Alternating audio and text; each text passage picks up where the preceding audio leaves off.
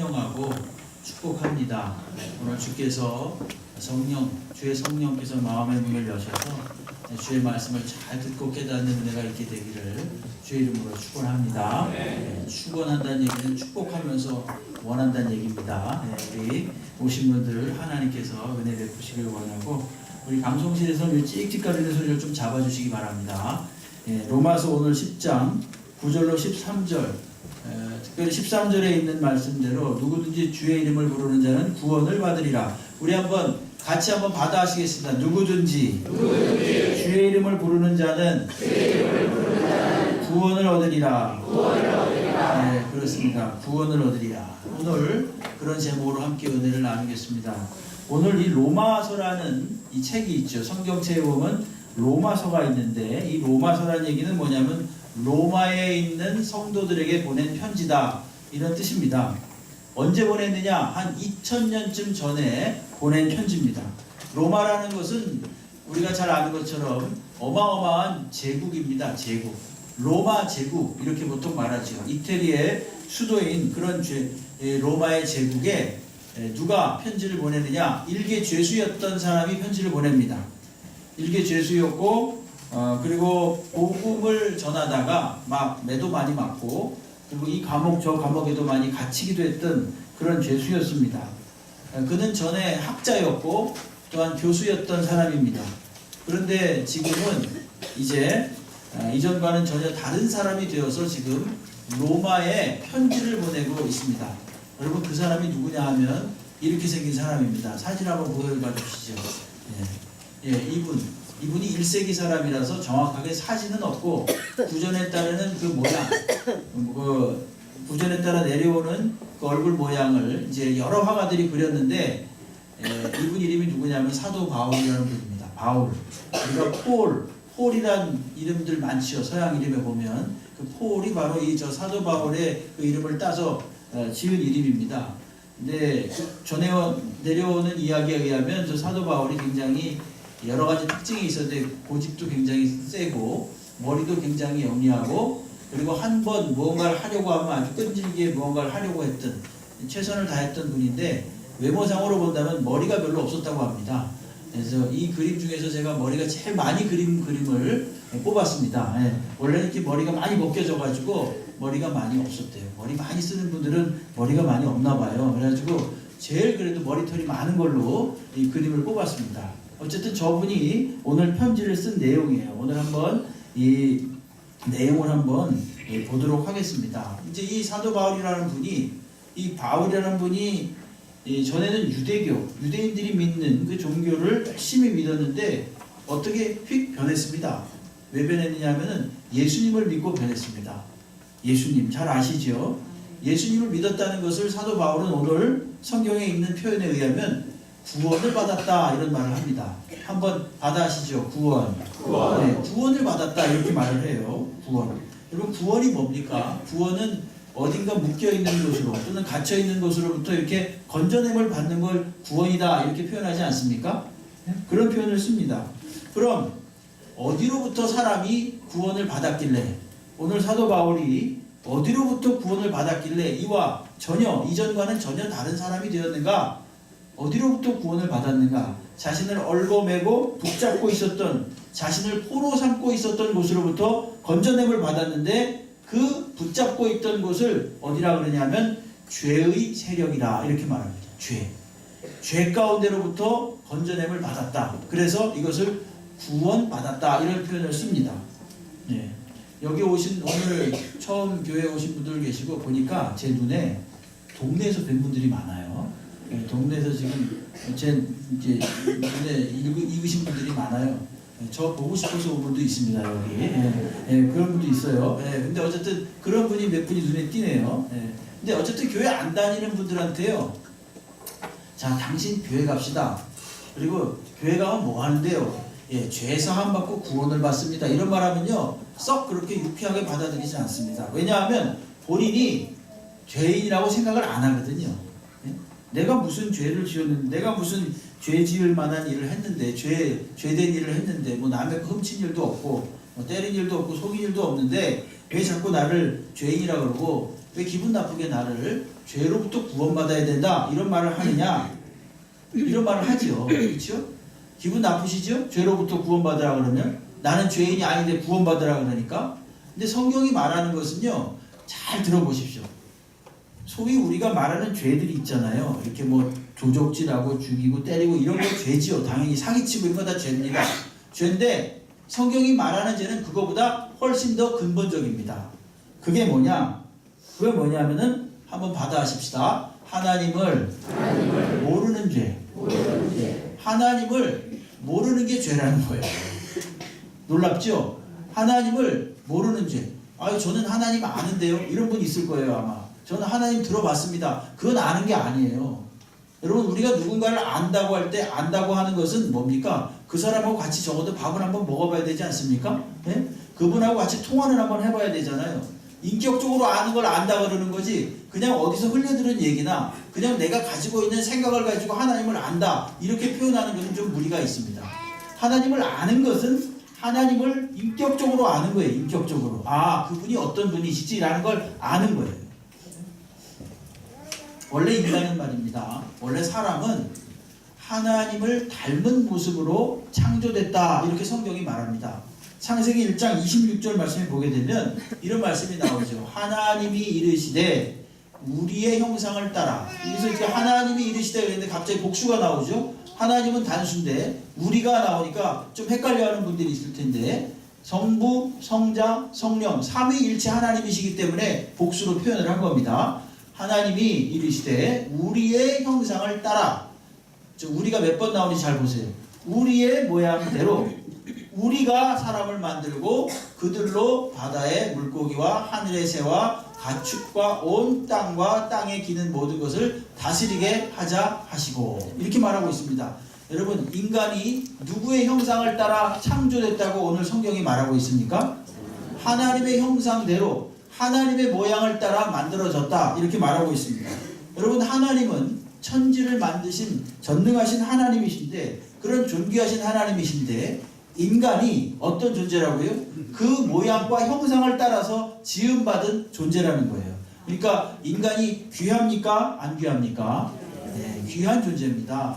매우 매우 귀한 존재입니다. 오늘 오신 분들 연세가 어떻든지 하든 일이 무슨 일이든지 전부 다 하나님께서 존귀하게 여기고 계시다는 사실을 분명히 믿으시기 바랍니다. 네, 그리고 참 놀라운 것은요, 하나님께서 인간을 만드셨는데 하나님의 능력이 얼마나 대단하신지 얼굴이 다 다르게 만드셨어요. 저는 그런 생각을 할 때마다 굉장히 신기해요. 네? 매일매일 새로운 아기들이 태어나는데 매일매일 얼굴이 다 달라요. 아마 인간이 만약에 그림을 그리라고 하더라도요, 한계에 부딪힐 겁니다. 근데 하나님이 얼굴 보세요. 얼굴 다 틀리잖아요. 그렇죠? 다 틀려요. 하나님이 그런 하나님이십니다. 근데 또 전부 다 존귀한 형상으로 고귀한 모습으로 만들어 주셨어요. 예?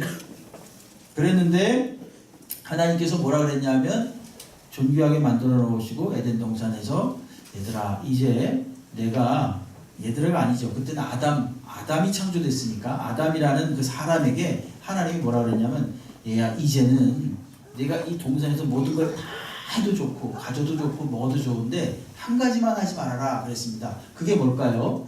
선악을 알게 하는 나무의 열매, 선악과를 먹지만 말아라 이렇게 말했어요. 선악과를 먹지만 말아라. 그것만 하지 않으면 된다. 그럼 이제 우리가 꼭 묻는 질문이 있죠. 제가 새신자 초청주의를 할 때마다 항상 아마 이런 질문을 마음속으로 가지실 거라고 생각하고 말씀을 전합니다. 그게 뭐냐면, 하나님은 왜 선악과를 만드셨나요? 이렇게 물어보죠.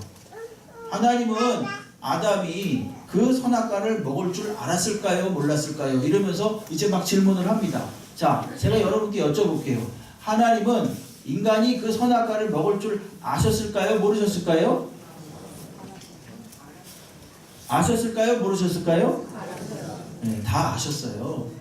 그럼 이제 또 곧바로 대답이 오죠. 아니, 아셨으면 왜 그걸 먹게끔 내버려 두셨습니까? 왜 그랬느냐? 하나님이 존중해서 그랬습니다. 인간을 존중해서 그런 거예요. 하나님이 말입니다, 인간을 로봇으로 만들지 않았어요. 하나님이 애당초부터 그 선악을 알게 하는 나무의 열매를 못 먹게 하는 칩을 갖다가 머릿속에서 탁 집어넣더라면요, 로봇처럼 만들어가지고 그랬더라면 안 먹을 거예요. 아마 쳐다보지도 않았을 겁니다. 그런데 하나님께서 인간에게 자유로 선택할 수 있는 그런 의지조차 주신 것입니다. 여러분, 누군가를 사랑할 때는요, 그 사람에게 완벽한 자유를 주는 거예요. 어떤 힘으로나 권세로나 재물로나 그 사람의 마음을 사거나 그 사람의 사랑을 사는 거, 이런 건 진정한 사랑이 아니죠. 그렇죠? 하나님께서 인간을 진정으로 존중해 주셨어요. 선택권도 너에게 주노라 라고 하신 것입니다. 그러면서 하나님께서 그러나 선악을 알게 하는 나무의 열매를 먹지 말라, 이렇게 말씀하신 겁니다. 왜 그랬을까요? 왜 먹지 말라 그랬을까요? 아까워서? 또는 죄 짓나 안 짓나 이렇게 골탕 먹이기 위해서? 그런 게 절대로 아닙니다. 그 선악과를 볼 때마다 무엇을 생각하라고 하나님께서 먹지 말라고 그러셨냐면요, 나는 창조주요, 너는 내가 만든 피조물이다 라는 것을 상기하도록 하시기 위해서 그 선악과를 만드신 거예요. 그렇지만 이 사탄의 꿰매 넘어간 인간은 하나님과 같이 될 줄로 알고 그것을 먹어버렸죠. 어떻게 꼬였는지 한번 보실까요? 창세기 3장 5절에 마귀가 어떻게 인간을 꼬였는지, 너희가 그것을 먹는 날에는 너희 눈이 밝아져 하나님과 같이 되어 선악을 알 줄 하나님이 아심이니라. 저걸 가만히 보게 되면 하나님이 겁을 낸 것 같아요. 만약에 이 선악과를 먹으면 선악을 알 줄 알게 돼가지고 인간이 나와 똑같은 반열에 서게 되겠다, 똑같은 동등한 위치에 처할까봐 두려우니까 못 먹게 했어, 이렇게 살살살살 꼬인 겁니다, 사탄이. 그러니까 그 말에 홀깃한 이 아담과 하와가 그것을 먹고, 왜? 하나님과 같이 된다고? 하나님하고 동등한 존재가 될 수 있다고? 라는 생각을 하고 그것을 먹었습니다. 그래가 정말로 그래가지고 하나님과 동등한 존재가 되었느냐? 안 됐습니다. 오히려 전능하신 하나님으로부터 쫓겨나게 되고 단절되게 됐습니다. 전에는 전능하신 하나님, 창조주 하나님께서요, 인간에게 모든 것들을 다 공급해 주셨습니다. 여러분, 집에 아이가 있을 때 말입니다, 그 아이가 초등학생이면요, 그 초등학생이 저녁 때 자면서 내일 아침에 무엇을 먹지? 이런 초등학생 있습니까? 네? 내가 학교 가면서 내일 아침에 가면서 내가 어떻게 공책을 사야 되지? 이러고 걱정하는 학생 하나도 없습니다. 왜? 부모님이 다 마련해 주시기 때문에 그런 건 아예 걱정을 안 해요. 그리고 집에 오면서 오늘 저녁에는 어디서 자지? 이런 사람 하나도 없습니다. 이런 아이들은 하나도 없어요. 왜? 부모님이 다 공급해 주시기 때문에 그런 거예요. 에덴 동산에 하나님과 사이좋게 지낼 때는요, 인간이 그런 먹고 입고 마시고 그런 걱정 하나도 안 했습니다. 그런데 죄가 들어옴으로써 하나님이 선악을 알게 하는 나무의 열매 먹지 말라 그랬는데, 그거 먹음으로써 죄가 들어와서요, 이제부터 하나님과의 관계가 딱 단절이 되고 에덴으로부터 쫓겨나게 됐어요. 그리고 나서 생각조차도 하나님을 인식할 수 없는 그런 사람이 된 겁니다. 그러니까 어떻게 되겠어요? 이제부터는 전부 다 자기가 자기 인생을 걱정하는 거죠. 전에는 어린아이처럼 모든 것을 하나님이 다 공급해 주시고 보호해 주시고 모든 것을 책임져 주셨는데, 자기가 집을 떠나보니까, 에덴 동산을 떠나보니까 하나님이 안 계신 거예요. 하나님은 계시지만 하나님과의 관계가 끊어진 것입니다. 끊어지다 보니까 어떻게 된 거예요? 모든 걸 다 책임져야 돼요. 오늘 저녁에 어디서 자야 되나? 내일은 무엇을 먹어야 되나? 이런 걱정이 들어오게 됐고, 그런 걱정이 생기니까 당연히 어떻게 되겠습니까? 인간 간에 경쟁이 일어나는 거죠. 서로 더 많이 갖겠다고, 서로 더 높은 곳에 오르겠노라고 경쟁하는 거지요. 이런 걸 갖다가 성경은 뭐라 그러냐? 죄 가운데 있다, 이렇게 말합니다. 자기 혼자 자기 힘으로 사는 것이 죄입니다. 여러분, 마음껏 하나님께서 공급해 주시고 보호해 주시는데 그런 건 누리지 못하고 그저 자기 힘으로 살려고 하는 것, 그래서 하나님을 하나님으로 알아보지 못하는 것, 이것을 성경은 죄다, 이렇게 말합니다. 로마서 3장 23절 말씀을 보게 되면 모든 사람이 죄를 범하였으네, 이렇게 말합니다. 이것도 기분 나쁘죠? 나는 죄 지은 게 없는데 왜 모든 사람이 죄를 범하였으며 이런 말을 할까요? 아담이 죄를 지음으로 말미암아 죄가 들어왔어요. 죄가 들어와가지고 그 죄의 바이러스가 많은 사람들을 오염시킨 겁니다. 그래서 이제부터 죄 가운데 태어나는 사람들은 죄 속에서 살게 되는 것이고, 죄 속에 살게 되는 사람들은 전부 다 하나님을 의지하지 아니하고 하나님을 알아보지도 못하고 모든 걸 자기 힘으로 살려고 애쓰는 거예요. 로마서 3장 23절 말씀 다시 한번 보여주시죠. 모든 사람이 죄를 범해서 어떻게 됐냐면 하나님을 알지 못하지요. 그를 성경은 뭐라 그러냐면 하나님의 영광에 이르지 못했다 이렇게 말을 합니다. 영광이라는 말은 무슨 뜻이냐 하면요, 현현, 존재, 임재 이런 뜻입니다. 다시 말하면 모든 사람이 죄 가운데 살다 보니까요, 애초부터 하나님의 존재를 알지 못하는 거예요. 하나님을 인식하지 못하는 거예요. 여러분, 그래서 모든 사람들이 다 날 때부터 하나님을 알지 못하는 상태로 태어나는 것입니다.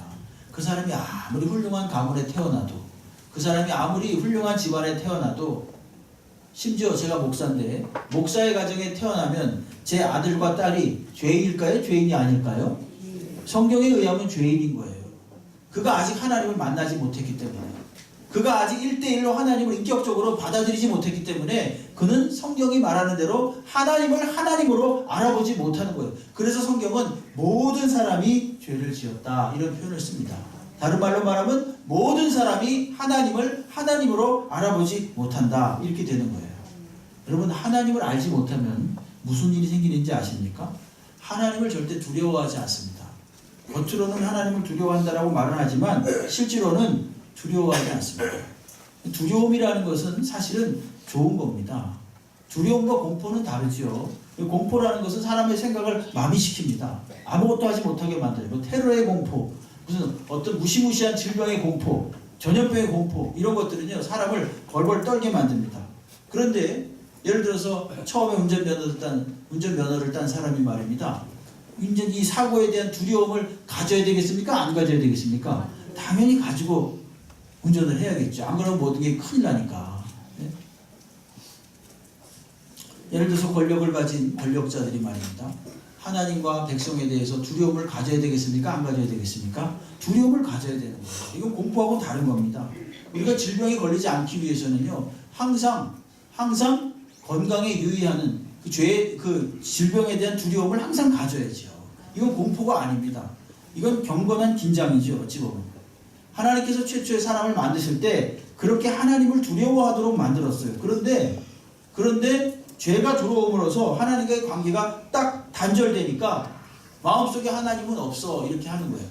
그 사람 꽤 괜찮은 사람이고 법 없이도 살 수 있는 그런 사람이고 그 사람 꽤 아주 성실하고 선량한 사람인데 결정적으로 마음속에 하나님 없어 이렇게 생각해요.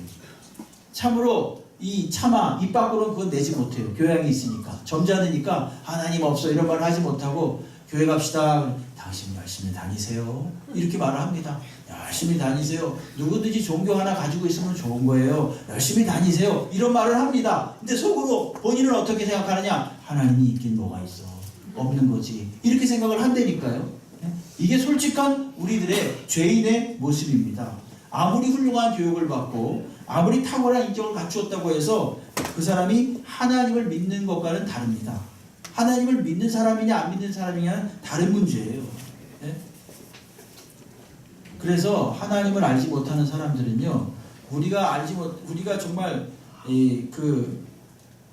죄라고 말하는 것들이 있죠. 우리가 지금 아까 서두에 말씀드렸던 대로 뭐 도적질하고 죽이고 뭐 사기치고 이런 거 있잖아요. 그런 죄를 왜 범하느냐? 그것도 죄지만 그보다 더 원천적인 죄가 하나님을 모르는 게 죄라고 그랬죠. 하나님을 모르니까, 하나님을 알지 못하니까 사람만 잘 속이면 되거든요. 예? 사람만 잘 어떻게 해서 이렇게 잘 넘기면 되거든요. 예? 우리를 깜짝깜짝 놀라게 하는 죄악들, 엘리트층이나 권력층이나 이런 데서 매스컴을 시끄럽게 하는 그런 죄들이 왜 드러나는 거예요? 그들은 완벽하다고 생각했거든요. 그들은 완전하게 사람을 잘 속였다고 생각을 했거든요. 근데 시간이 지나니까 이게 다 드러나는 거예요. 그러다 보니까 사람들이 깜짝깜짝 놀라는 거예요. 근데 그 죄를 짓는 원천이 뭐냐면, 사람만 잘 속이면 된다 이거예요. 사람만 잘 속이면 된다. 여러분, 워터게이트 사건 났을 때 미국의 닉슨 대통령이 말입니다. 그걸 부인하다 못해가지고 결국은 다 발각이 됐잖아요. 한 번에 그냥 확 드러난 게 아닙니다. 근데 어느 기자의 그 어떤 취재에 의해서 많은 사람들이 어떤 조사에 의해서 그게 드러났는데 이제 그 변호인들이 어떻게 했냐면요. 일주일 동안 합숙을 하면서 입을 맞췄다는 거 아니에요. 합숙을 하면서 어떻게 했냐면은 합숙을 하면서 자 우리가 요렇게 말하면 요렇게 말합시다. 요렇게 말하면 요렇게 말합시다 하고요. 그 똑똑한 하버드 법대 나온 사람들이요. 다 입을 맞췄다는 거 아닙니까? 네? 여러분? 그래요. 저 방에 누워주세요. 누워주세요. 우리 젊은 집사님들 좀 누워주십시오. 모시고 나가서. 네.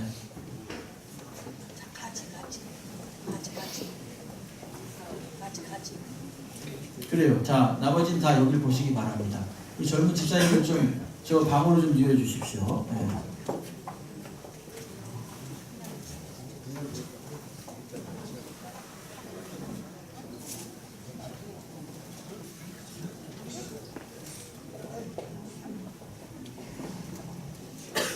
잘 보십시오. 그러다가 어떻게 됐느냐? 사람들이 아무리 입을 맞추고 하다가 결국은 폭로됩니다. 이게 인간의 한계입니다. 인간의 한계예요. 이것이 죄 가운데 사는 인간의 한계고 그 근본적인 원인은 뭐냐면 마음속에 그 훌륭한 인격과 그 똑똑한 실력을 갖춘 사람들이 마음속에 뭐가 없기 때문에 하나님이 없기 때문에 일어난 일이에요. 사람만 잘 속이면 된다. 이런 생각을 가졌기 때문에 이런 일이 일어난 겁니다. 그래서 성경은 그런 상태, 하나님 없이 사는 사람의 모습을 죄의 상태 속에 있다. 이렇게 말하는 것입니다. 죄의 상태 속에 사는 사람들은요, 전부 다 자신의 생각대로 살게 되고, 죄의 상태 속에 사는 사람들은 전부 다 마지막에는 어떻게 되냐면은 결국은 영원한 사망에 이르게 되고 지옥에 가게 된다는 것이 성경이 말하는 바입니다. 그리고 구체적으로 지금부터 한번 잘 들어보십시오. 나랑은 어떤지 한번 잘 생각해 보세요. 내 마음하고 어떤지. 여러분, 선악과를 먹잖아요. 선악과를 먹고 나서 전에 알지 못했던 그런 감정이 생깁니다. 그게 무슨 감정이냐? 한번 받아하시죠. 부끄러움과 두려움. 부끄러움과 두려움이라는 감정이 생겨요. 네? 창세기 3장 7절 말씀을 보게 되면 이런 말씀이 있습니다. 그이에 그들이 눈이 밝아져, 선악과를 먹고 나서 아담과 하와가 눈이 밝아져 자기들이 벗은 줄을 알고 무화과 나뭇잎을 엮어 치마로 삼았다. 이렇게 말합니다. 전에는 전혀 부끄러움을 알지 못했는데 이제 부끄러움이라는 감정이 생겨서 치마로 가리게 돼요. 창세기 3장 10절 말씀을 보게 되면 이런 말이 있습니다. 아담이 뭐라 그러냐 하면 이르되, 하나님이 찾으시니까 이르되 내가 동산에서 하나님의 소리를 듣고 내가 벗었으므로 두려워하여 숨었나이다. 이런 말을 합니다. 두려워하여 숨었다. 이런 표현을 씁니다. 선악과를 먹기 전에는요, 하나님하고 아무렇지도 않게 사이좋게 잘 지냈는데 이제는 말입니다. 선악과를 먹고 나서 죄 가운데 거하다 보니까 무슨 감정이 생기느냐면 부끄러운 마음, 두려운 마음이 생겨요. 원래는 말입니다. 하나님이 창세기 2장 25절 말씀을 보게 되면 뭐라 그러시냐면요, 아담과 그의 아내 두 사람이 벌거벗었으나 부끄러워하지 아니하였다. 이런 말이 있습니다. 죄 짓기 전에는 말입니다. 죄 짓기 전에는 아무런 거리낌이 없는 거예요. 그랬는데 죄가 들어온 다음부터 사람에게 뭐가 생기느냐? 부끄러움과 두려움으로 일평생을 살게 된다는 거예요.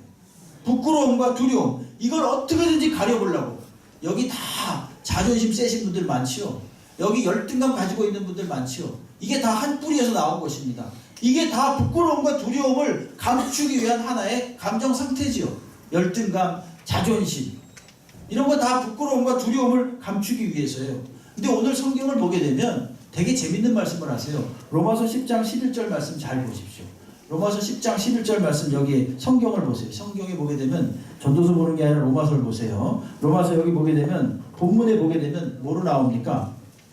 11절 한번 읽어볼까요? 같이 읽어보겠습니다. 시작. 성경에 이르되 누구든지 그를 믿는 자는 부끄러움을 당하지 아니하리라 하니. 되게 재밌는 표현이죠. 그 앞에 9절과 10절에 뭐로 나오냐면요, 예수를 입으로 주로 시인하고 또 내 하나님을 죽은 자 가운데 살리신 것을, 내 하나님께서 그를 죽은 자 가운데 살리신 것을 내 마음에 믿으면 구원을 받으리라 그랬어요. 9절에서. 10절에서는 사람이 마음으로 믿어 의에 이르고 입으로 시인하여 구원에 이른다 그랬습니다. 그렇죠? 다 구원에 대해서 말하고 있죠. 9절과 10절에서.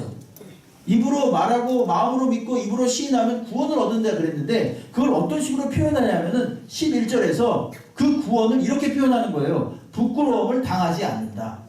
구원의 다른 어떤 표현이 뭐냐? 부끄러움을 당하지 않는다는 거예요.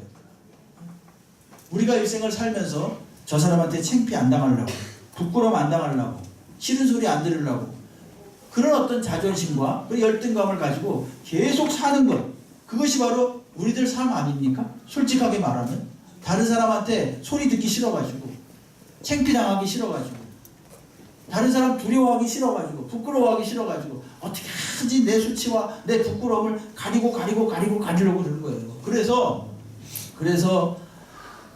더 많은 것 가지려고 그러고요.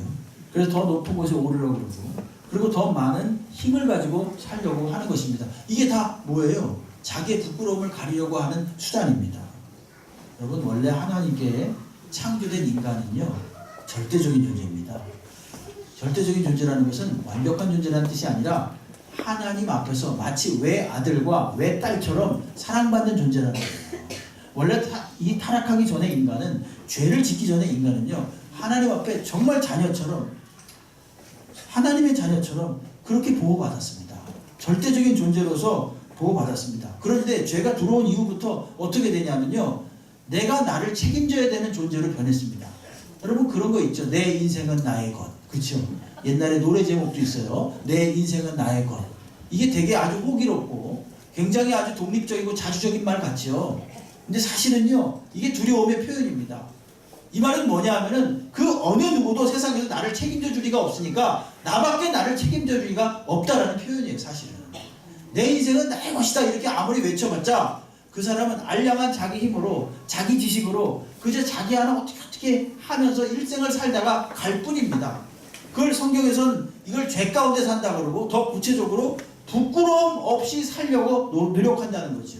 창피함 없이 살려고, 두려움 없이 살려고 어떤 노력이든지 한다는 것이죠. 그래서 더 많은 것을 가지고 더 많은 것을 쌓고, 왜? 미래가 어떻게 될지 모르니까 어떻게든지 쌓아놓으려고 하는 거예요. 믿을 만한 분이 없는 거예요. 의지할 만한 분이 없는 거예요.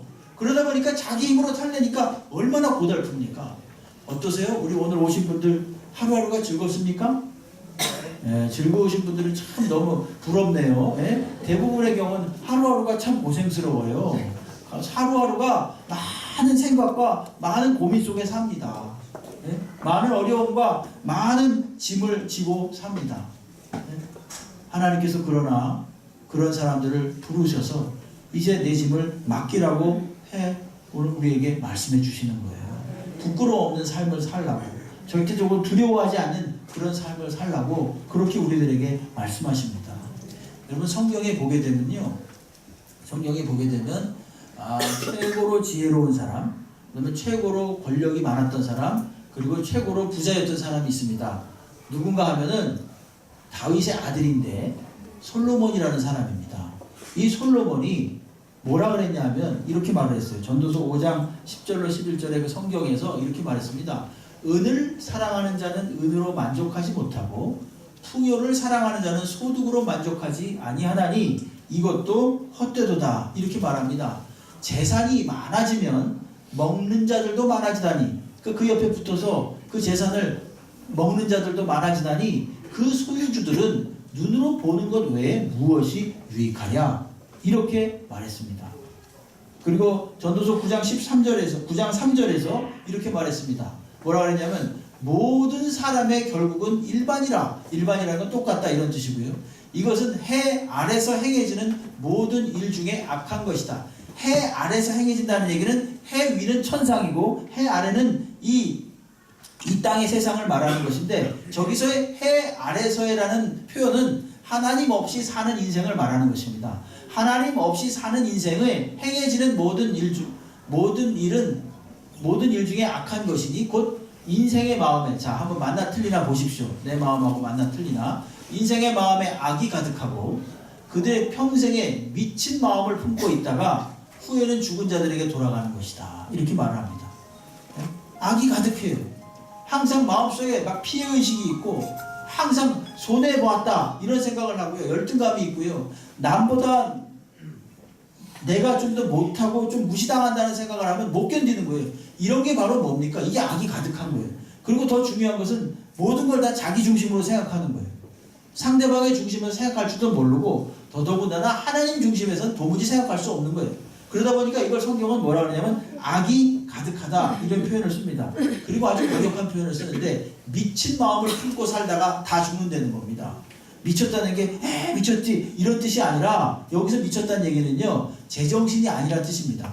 이것도 역시 마찬가지로 자기 중심의 마음이에요. 아무도 자기 이외에는 다른 사람을 생각할 줄 모르는 상태에서 살다가 결국 생을 마치게 된다.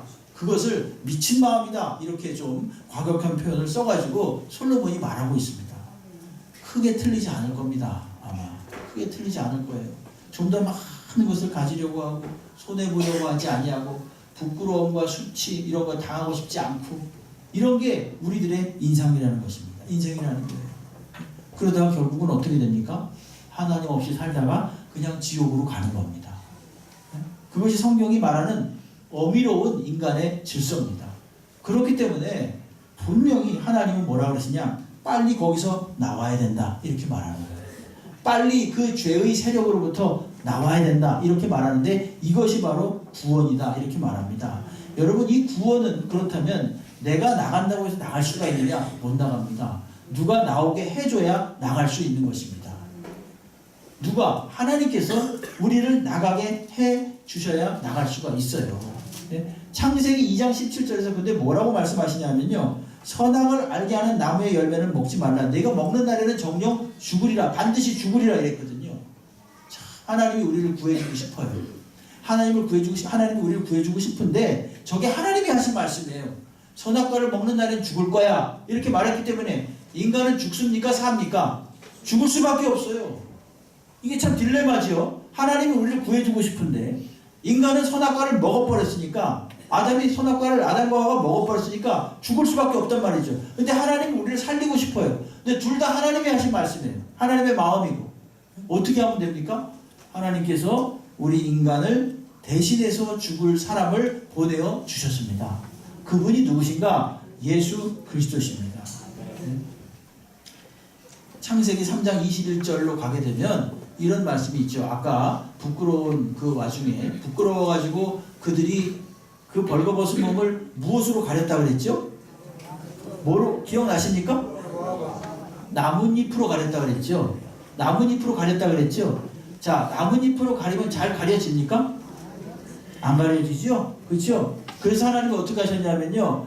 저기 보면 여호와 하나님이 아담과 그의 아내를 위해 무엇을 지어 입히셨습니까?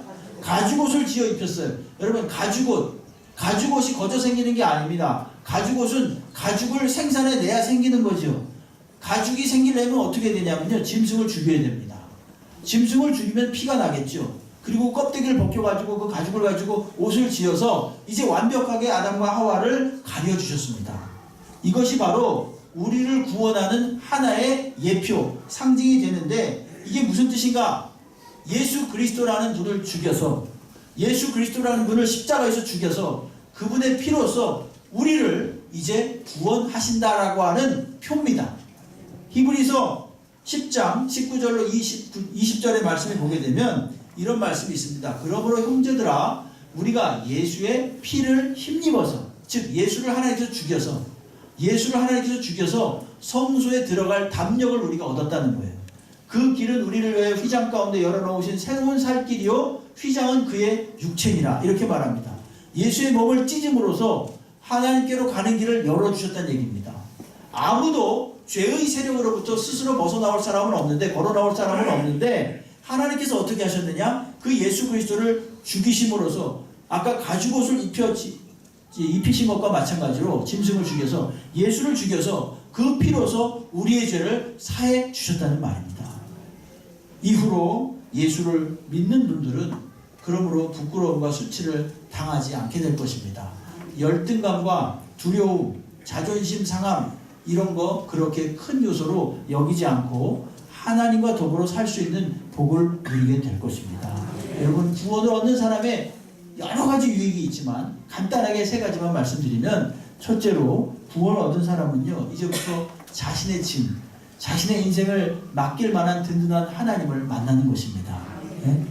자, 마태복음 11장 28절 말씀 한번 같이 읽어보겠습니다. 시작. 수고하고 무거운 짐진 자들아 다 내게로 오라. 내가 너희를 쉬게 하리라. 아멘.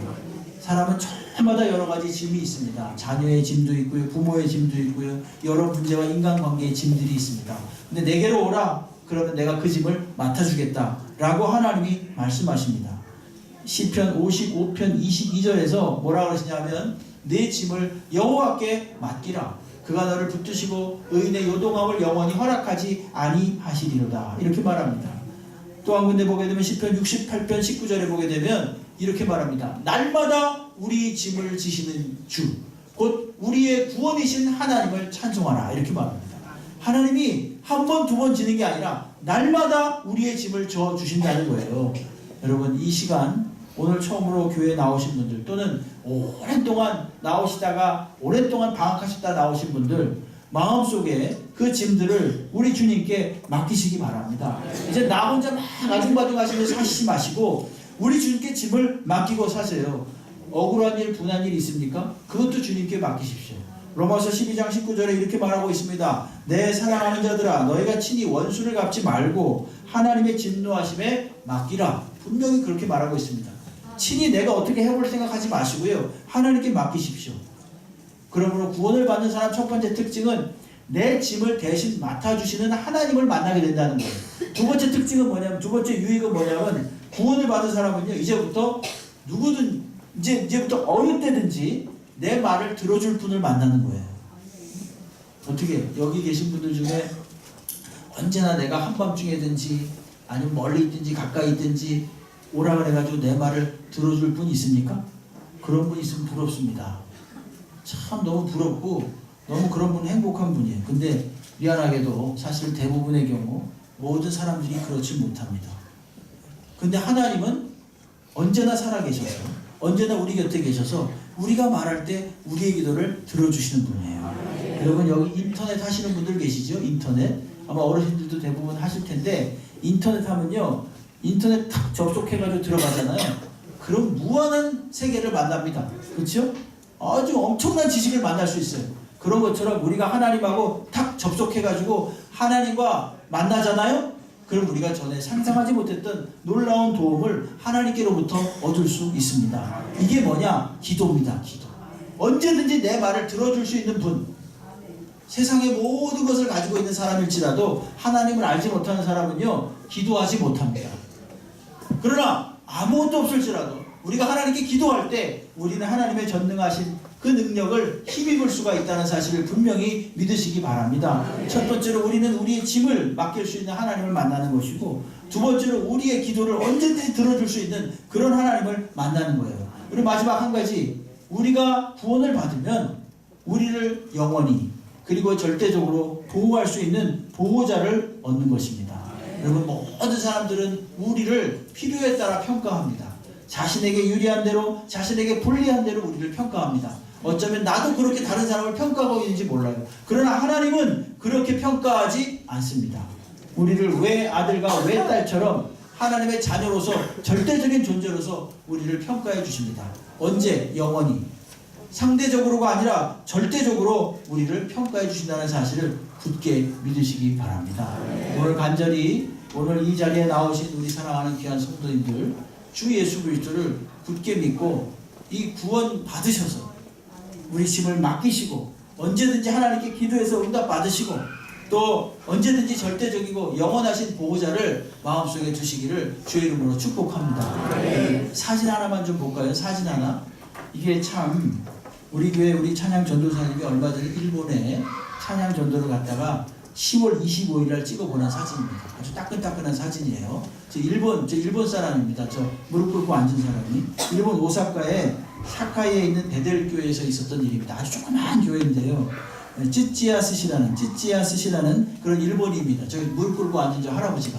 근데 저 할아버지가 어떤 할아버지냐? 그 대대로 그 집안에서요. 우상을 섬겼어요. 지금 매일매일 그 우상을 닦고 또 우상에게 절하고 거기다 꽃을 갖다 꽂기도 하고 그런 거예요. 그 옆에다가 꽃을 꽂기도 하고 아주 그냥 신실하게 섬겼죠. 가격으로 따지면 한 2천만 원 된대요. 그 우상이. 근데 그걸 어떻게 했느냐?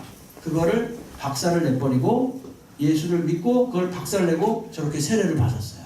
네? 저거 보십시오. 세례 받는 거. 이게 언제냐? 2018년 10월 25일자입니다. 엊그제일입니다. 엊그제일. 여러분 지금도 하나님은 살아계십니다. 하나님이 절대로 지어낸 존재가 아닙니다. 하나님은 지금도 천지 만물을 주관하시고 우리를 도우실 준비가 언제든지 되어 있는 그런 하나님이십니다.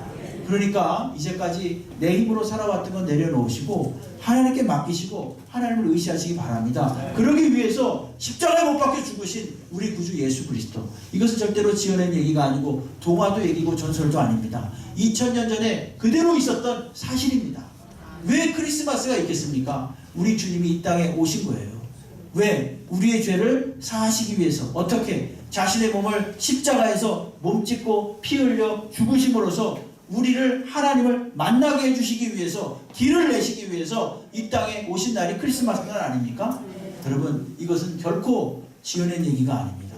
지금도 살아계시고 우리가 예수를 마음속에 믿기만 하면 우리가 하나님의 자녀가 될 수 있다는 사실을 굳게 믿으시기 바랍니다.